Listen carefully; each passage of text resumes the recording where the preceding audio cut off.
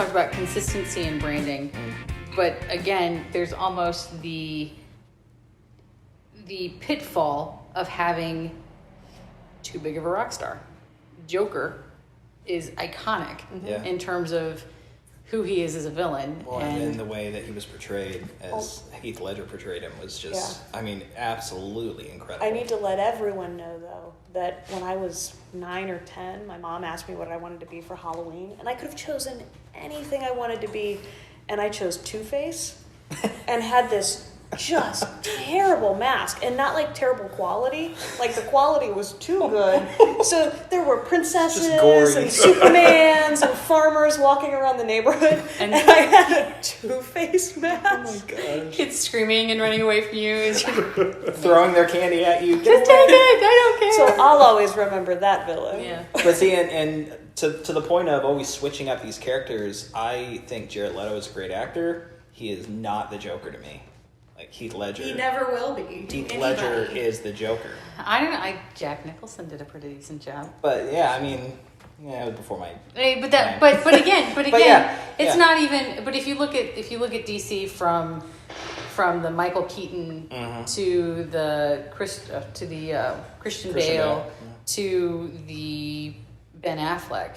Yeah. It is as directors have shifted, and there will always be differences in tone as you get different directors, but the first Batmans were so over the top campy. They were great. Oh, yeah. It was a slight step above the bam whack. Just a little bit. You know, just a step up.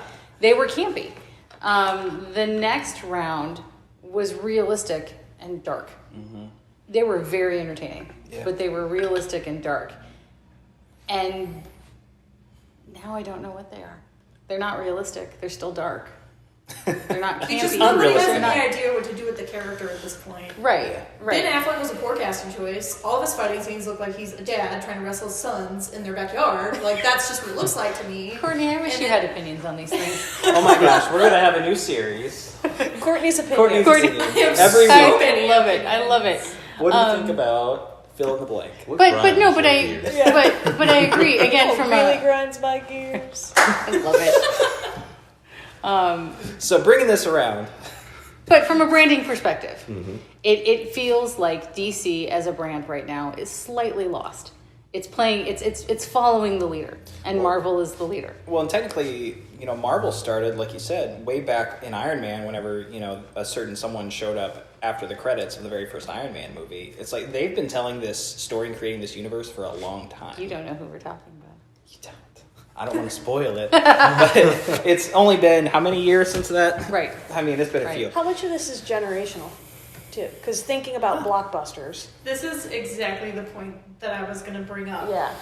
Because again, I'm here because this is what my thesis was about in college. How people create these fictional relationships, but they hold such emotional value. When I did my college thesis, I focused on the Harry Potter fandom.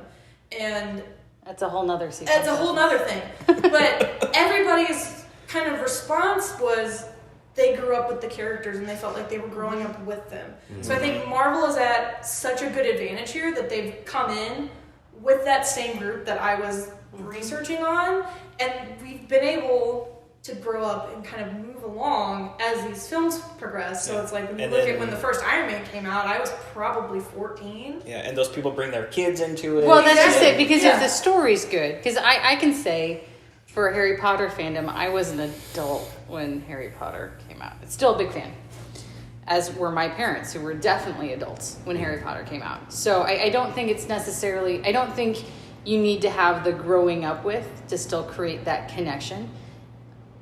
It's how it makes you feel, and Harry Potter made me feel like a kid. So yeah, that's there's true still that too. connection. I was physically grown up, but let's face it, I'll never fully grow up. As a parent now, though, part of my draw with the Marvel characters and the Marvel movies is I grew up watching the Saturday morning cartoons. Exactly. So and you now, still have that, and now watching them. Now my kids, Jack literally dresses in character whenever we go to a Marvel movie, and it's hysterical to watch little Iron Man go to the movies. Good choice. Right. But he was Captain America too. He's conflicted.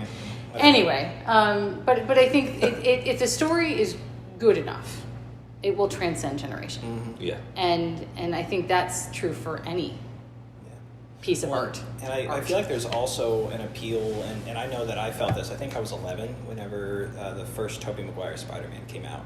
And it was so cool because that was the first time that I had seen a cartoon that I had watched, growing up on the big screen with all these cool graphics and CGI and like seeing it, grown up.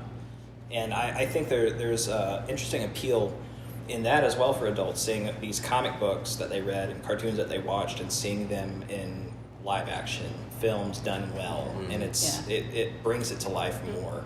Well, and my daughter, for example, being slightly older than my son, watches these movies in a completely different way. Jack loves the action and the story and whatnot, but after seeing Black Panther, we had, I don't even remember which one, another Marvel movie on, and they referenced Wakanda. This was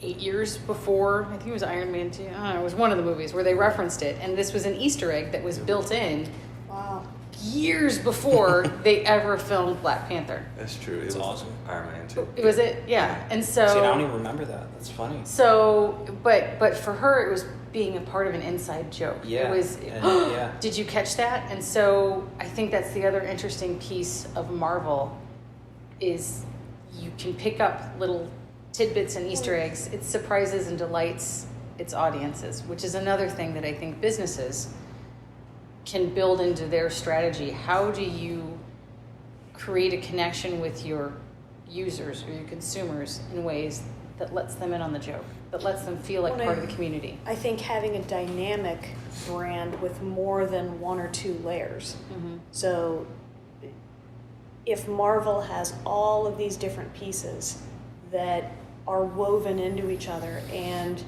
a 6-year-old watches it in a different way than a 10-year-old, than a 40-year-old, than a 60-year-old, and they've all had different experiences coming into it and can understand different parts of the movie on different levels, I think there's something to be said for that for any brand. That, you want to stay on message, you want to stay on point, and you want to convey your purpose and your why, but the way that you convey that can be a little bit different depending on who you're speaking to, and to not always use the same type of messaging in the same way all the time for all people. Yeah. Right. You've got to be a little bit more dynamic, and you've got to build in layers, not just because it speaks to people more effectively, but because it's more fun. Yeah. It's definitely so. fun to bring people into your brand versus just broadcast your brand at people. For sure. I think that speaks to another cool thing about Marvel. Everyone who participates, everyone who's part of the Marvel family looks like they're having a lot of fun. Right. They seem to be really, really enjoying the fact that they get to be a part of this. Yeah. As a company, if your employees look like they are really, really enjoying what they're doing every day, people will notice and appreciate. It's not just a job, it's a family that they, and I have seen, you see the posts on social media and stuff like that where they're doing fun little things together, and again, it makes you want to be a part of it because, oh my God, look at the fun they're having. This video brought to you by Marvel. I know, right? But it is true. There is a stark difference between the way the two companies operate. Yeah. Ah! I will I not see, say if now that was I get intentional that. or not. I wouldn't have gotten that 45 minutes ago. Yeah. But there is a difference in the way that they both operate, and there's proof based on votes here as well as probably box office numbers that one of those methods has been more successful than the other one.